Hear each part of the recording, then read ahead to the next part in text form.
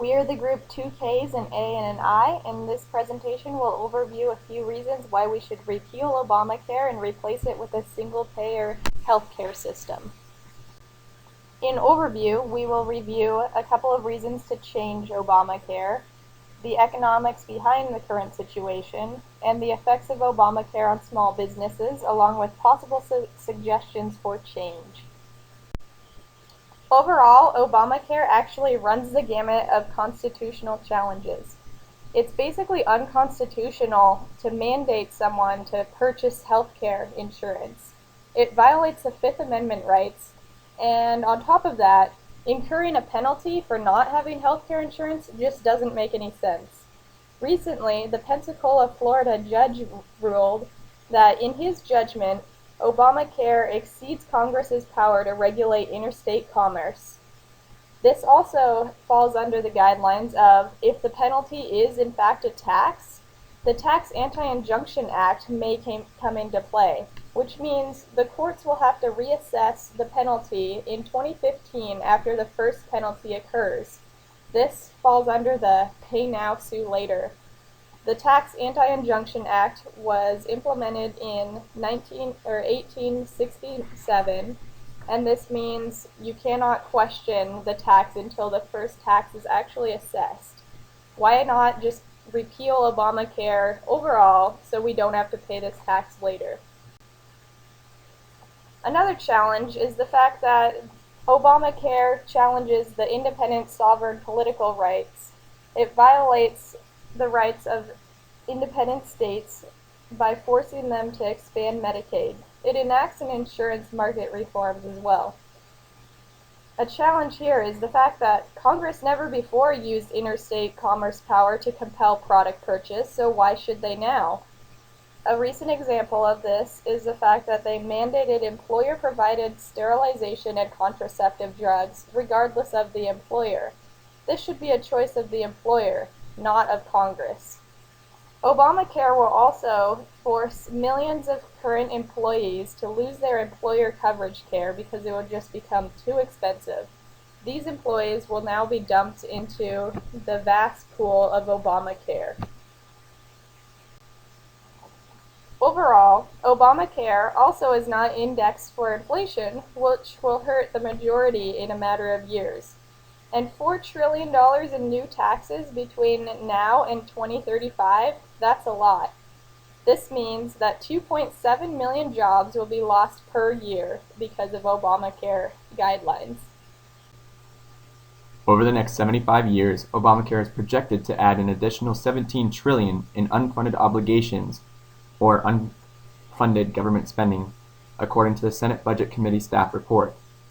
This will raise the total amount of unfunded obligations to $82 trillion. This increase is largely due to increased expenses in Medicare. It's important to note that this is based on the long-term model used by the Office of the Actuary. The Patient Protection and Affordable Care Act, or PPACA, is the bill that enforces mandates on individuals and businesses. It was meant to decrease the deficit, but will actually increase it by an average of $75 billion per year, resulting in an average of 670,000 lost job opportunities per year. Part of the reason for this difference is the fact that the economic analysis of the PPACA was originally done via a static analysis. The static budget analysis is limited in that it does not account for how the policy combination of spending and taxes alters the macroeconomic performance of the economy and feeds back onto the budget. A dynamic simulation shows that the higher initial costs are not an investment that pays off with a higher return in later years. Basically, the bill's taxes, penalties, and fees on investors and businesses will decrease the amount of investment in the economy. This reduced investment will in turn lead to a decline in productivity, causing the economy to produce $706 billion less worth of goods and services. With this decrease, there is a chance that workers will earn lower wages and salaries. Higher taxes on investment also put upward pressure on interest rates as investors seek to achieve lower wages and reduce the amount of taxable income that could otherwise been achieved. Higher interest rates means that more American tax dollars will go towards paying the interest on the federal debt rather than paying down the principal.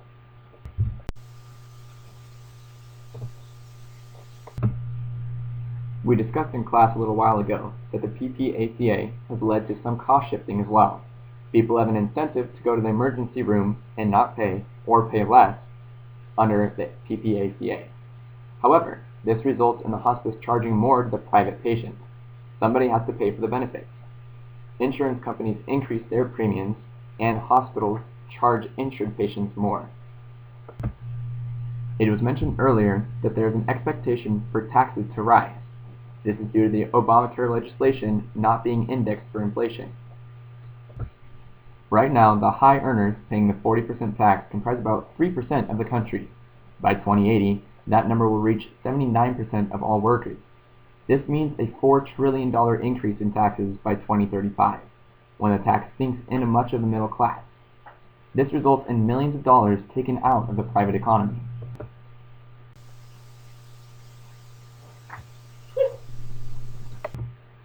This graph clearly shows the increased expenses due to Medicare. As you can see, Social Security and Medicaid are increasing at a rate that could be solely attributed to inflation, whereas Medicare is increasing by a significantly greater rate. The tax rate is a projected average and could change with the GDP or new legislation. Today in America, small businesses are the cornerstone of state and local economies. They employ millions of workers and contribute to more than half our country's non-farm gross domestic product. According to the SBA, the classification of a small business is based on the industry that the business operates in. For example, a small business in the manufacturing industry is 500 workers or less, whereas the wholesale industry is 100 workers or less. Other industries such as retail are based on total annual sales, and if less than 7 million a year are considered a small business. Despite being so abundant, small businesses typically operate at a thin profit margin and face an ongoing battle of increased operating expenses that impact negatively already their slim profits.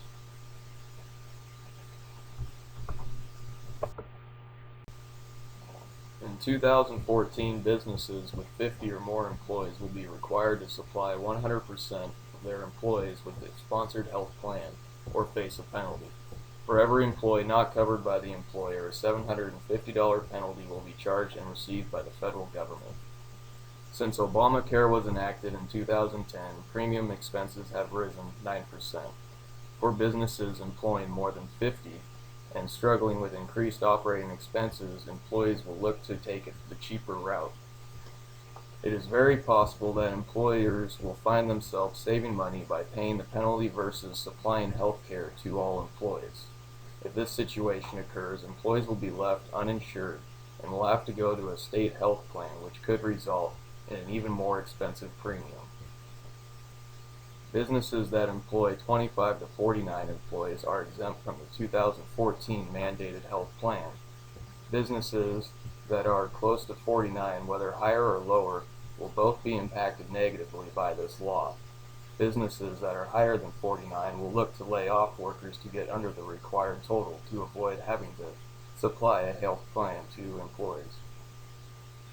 Whereas businesses that are currently approaching 49 will be reluctant to go over due to the fact that they will have to supply the health plan to all of their employees. Both of these situations will result in a decrease in productivity as understaffing will become more abundant. Potentially skilled workers will find themselves in the future struggling to find a starting point.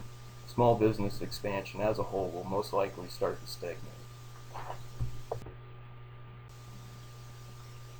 A popular argument that has risen for pro-Obamacare is the small business health care tax credit. According to the IRS, in order to receive this tax credit, an employer must have 25 or less employees.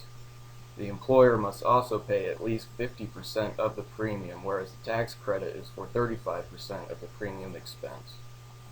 This really only provides a slight benefit to businesses that are already supplying health plans prior to the enactment. There is no incentive here for a small business to decide to start now. A strong solution to the current healthcare system is the single-payer healthcare system. Single-payer refers to one entity acting as administrator or payer. A single-payer system is set up so that one entity, in this case a government-run organization, would collect all healthcare fees and pay out all healthcare costs.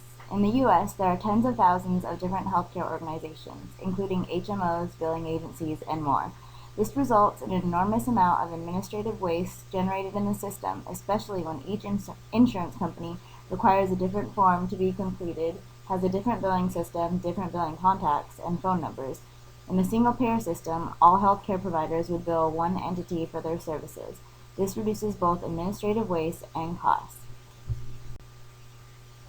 All Americans would receive comprehensive medical benefits, meaning coverage would include all medically necessary services, including rehabilitative, long-term, home care, mental health care, prescription drugs, medical supplies, and preventative and public health measures. Care would be based on need, not on the ability to pay. The fundamental policy question to be addressed is healthcare a public right? If healthcare is a right, then solutions to paying for healthcare will require a public solution. If not, then the market will only allow those who can afford care to access it, as is the case with other commodities. Should the right to health care be a commodity? The answer is no. In a single-payer system, hospital billing would be virtually eliminated. Hospitals would simply receive an annual lump sum payment from the government to cover operating expenses. A separate budget would be set aside to cover expenses such as hospital expansion, the purchase of technology, marketing, and any other advancements or improvements. Doctors also have three options for payment: fee-for-service, which is a charge for each service performed, salaried positions in hospitals, and salaried positions within group practices or HMOs. The program would be federally financed and administered by a single public insurer at the state or regional level. This would eliminate premiums, co-payments, and deductibles. Employers would pay a 7% payroll tax and employees would pay 2%, converting premium payments to a health care payroll tax. 90 to 95% of people would pay less overall for health care. Financing includes a $2 per pack cigarette tax. Knowingly harmful habits which increase health risks will be taxed more severely. The General Accounting Office projects an administrative savings of 10% through the elimination of private insurance bills and administrative waste. The Congressional Budget Office projects that a single-payer system would reduce overall health costs by $225 billion despite the expansion of comprehensive care to all Americans. No other plan projects this kind of savings. So what are the different perspectives on the benefits of a single-payer system? As patients, each person, regardless of the ability to pay, would receive high-quality, comprehensive medical care. The majority of people would pay less overall for health care than they pay now. As doctors, incomes would change little, however the disparity in income between specialties would decrease. But time currently wasted on administrative duties like evaluating patients' financial eligibility could be channeled into providing care. More importantly, clinical decisions would not be dictated by insurance company policy.